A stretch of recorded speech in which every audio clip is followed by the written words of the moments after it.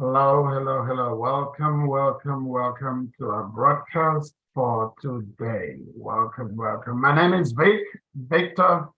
Today we are going to talk about how to help someone who is struggling with mental illness. There are 5 points that I'm going to make today. Mark them, note them. That's how to be effective. Welcome to your family's mental wellness, or your family and their mental wellness. That's what we talk about on this broadcast.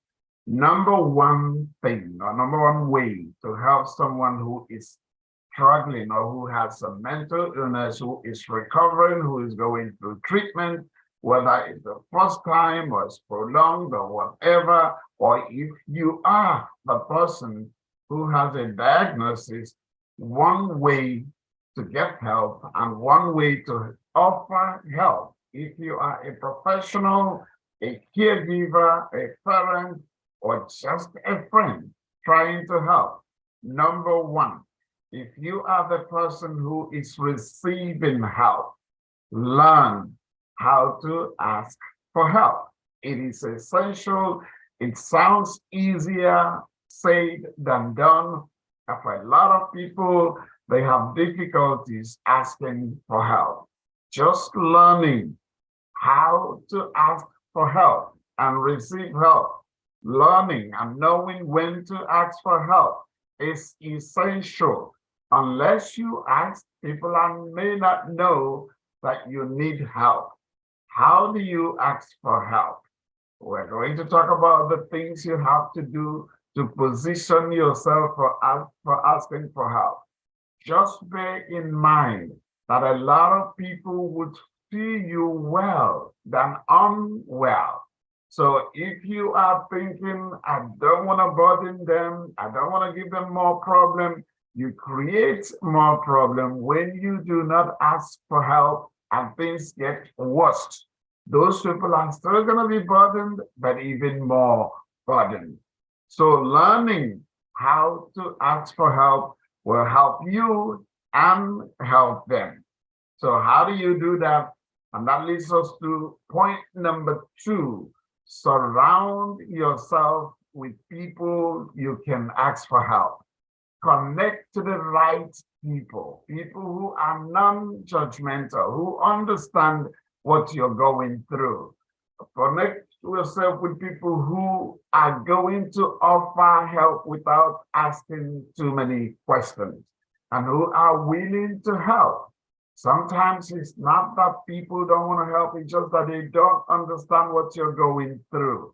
And if that's where your loved one is, play this video, share this video with them. It will help them to understand a little bit of what you're going through and what to offer you. But it behooves you as the person who needs help to say, this is where I need help.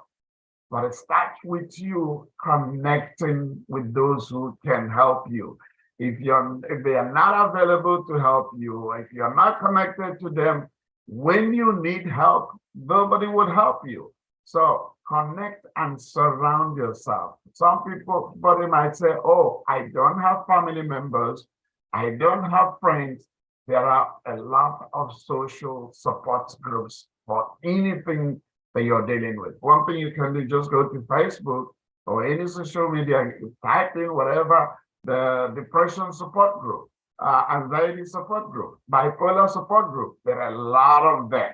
You can join those and at least see what others are going through and how they are dealing with their diagnosis. So we've done 1 and 2. Number 1 was learn how to ask for help. Number 2, surround yourself with those who can help you.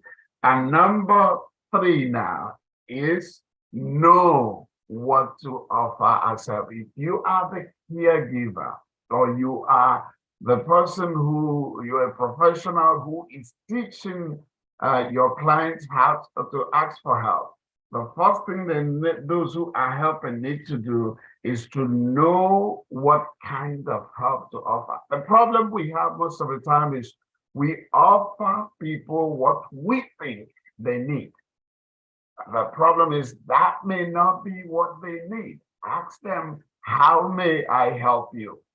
How may I help you? You might think, oh, this person is weak. The best way to help them is to encourage them to get out of bed and walk around.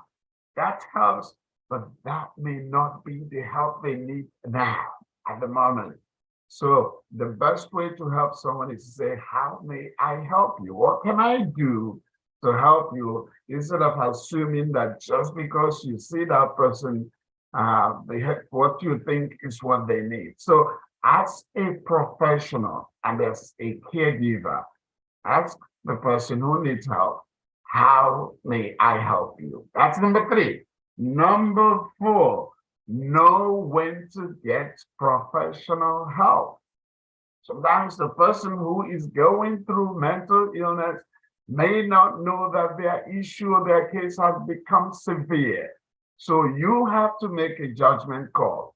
When do I get professional help? When has this thing gone beyond just encouragement and motivation from you? So you gotta know when to ask for professional help. How do you know that? If what you're doing is not working, you probably need someone who has more skills to do something that may be more effective than you, who is just loving, persuading, encouraging. If the case is getting worse, that's when to get professional help.